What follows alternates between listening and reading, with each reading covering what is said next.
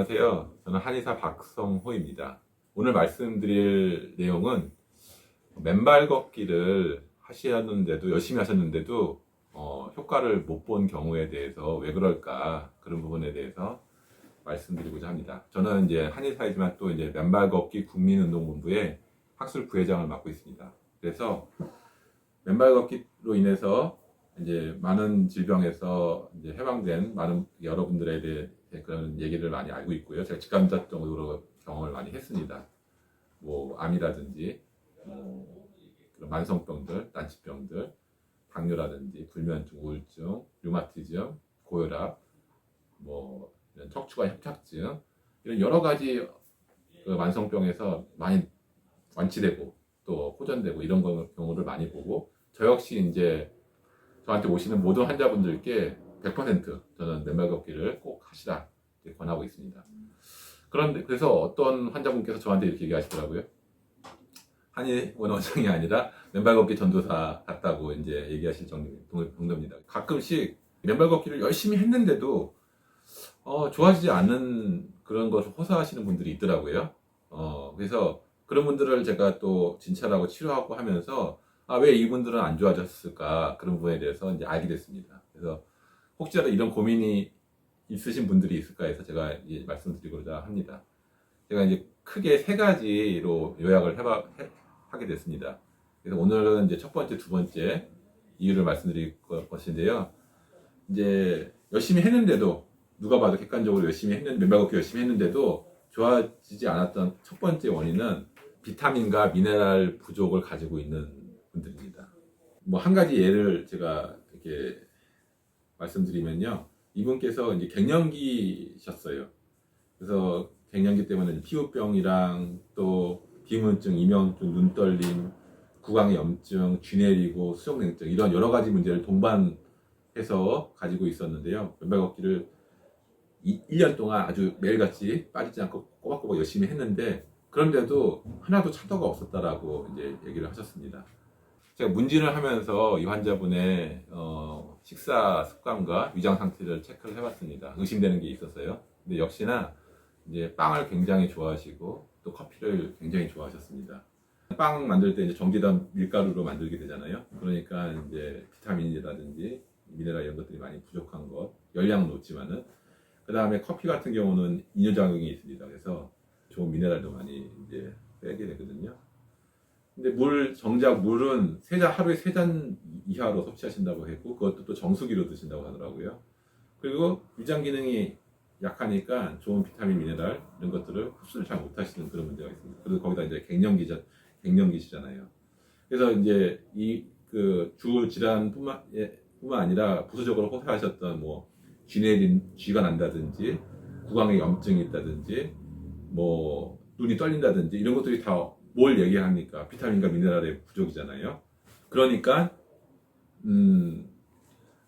이런 그 맨발 걷기를 열심히 하셨어도 큰 효과가 나타나지 않았던 것입니다. 암에서 말기암 같은 데서 맨발 걷기를 열심히 해서 나으신 분들, 그런 체험담 같은 거를 많이 이제 들어보면은 공통점이 있어요. 그게 뭐냐면은 맨발 걷기를 하시면서 같이 식이요법을 열심히 하셨다는 것입니다. 특히 이제 현미라든지 야채라든지 신선한 야채, 유기농으로 키운 것들, 이런 것들을 많이 드시면서 이 맨발 걷기를 하셨다고 하는 겁니다. 그래서 이런 부분에서 맨발 걷기를 할 때 꼭 이런 그 비타민 미네랄의 그 흡수를 잘 하셔야 된다라고 말씀드리고 싶습니다.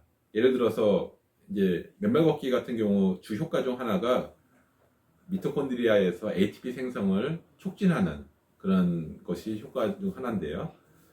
근데 정작 미네랄이 부족하면은 특히 미토콘드리아의 재료가 되는 게 규소인데, 이 규소가 부족하면은 미토콘드리아의 기능 자체가 부실하게 되는 거죠. 그러면은 아무리 맨발 걷기를 한다고 해서 ATP 생성이 잘 안 되는 것입니다.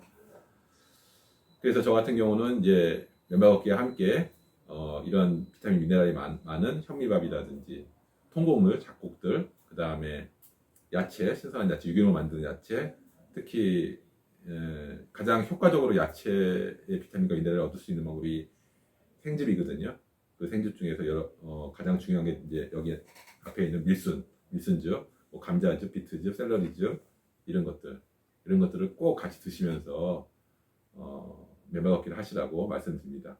두 번째 이유로는 앞에는 부족해서 문제였는데 두 번째는 너무 많아서 문제인 것들이 있습니다. 그게 뭐냐면은 전자파와 중금속. 이 전자파와 중금속이 너무 과다한 분들이 또 맨발 걷기를 해도 효과를 잘 못 보십니다. 일례로 어떤 환자분이 있었냐면은 이분도 암 환자일 분이신데 저한테 오시기 전부터 맨발 걷기에 대해서 알고 이제 실천하고 오시고 있었습니다. 근데 이분께서 열심히 하는 거에 비해서 크게 효과가 별로 없는 것 같았어요. 그래서 어디서 하십니까? 라고 여쭤봤더니 이제 산에서 하는데, 그래서 제가 그 산에 혹시 이제 송전탑이라든지 전선 같은 게 많지 않습니까? 라고 여쭤봤습니다. 그랬더니 맞다라고 하시면서 그 코스가 바로 송전탑이 지나가는 그 코스에서 하신다고 하셨습니다. 그러니까 전자파가 굉장히 높게 나오는 거죠. 당장 이제 그 코스를 바꾸시라 얘기를 했고, 그 다음에 자는 방에는 모든 전기 제품을 빼시라.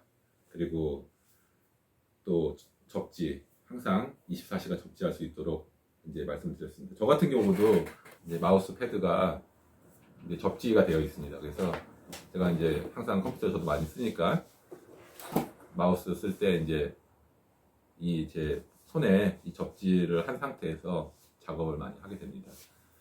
그 다음에 이제 중금속 수치가 높은 분들이 이 맨발 걷기 효과가 굉장히 떨어지더라고요.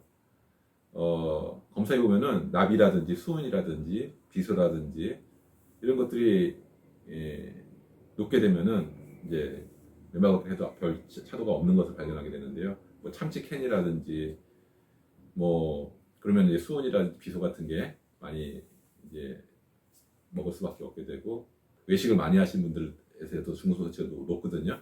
조리구의 문제가 있을 수 있습니다. 그 다음에 뭐 치아 이제 아말감 같은 데서 이제 수은이 많이 나오죠. 그리고 이제 이런 뭐 미세먼지라든지 이제 환경오염 이런 것 때문에 저희가 알게 모르게 이제 이런 중금속에 많이 노출되게 됩니다. 그러면 이제 이런 중금속이 여러 가지 영양 중에서 면역계와 특히 이제 신경계 이런 부분을 독성을 가지고 있기 때문에 아무리 맨발 걷기를 해도 내 몸에서 그런 효과를 보지 못하게 되는 것입니다. 그래서 맨발 걷기를 할 때 이러한 두 가지 점 꼭 이제 생각하시면서 하시면은 더욱더 맨발 걷기의 효과를 극대화할 수 있을 거라고 생각이 되고요. 이 영상이 난치병 때문에 고생하시는 그런 환우분들께 조금이라도 도움이 되기를 바라는 마음입니다. 이상입니다. 감사합니다.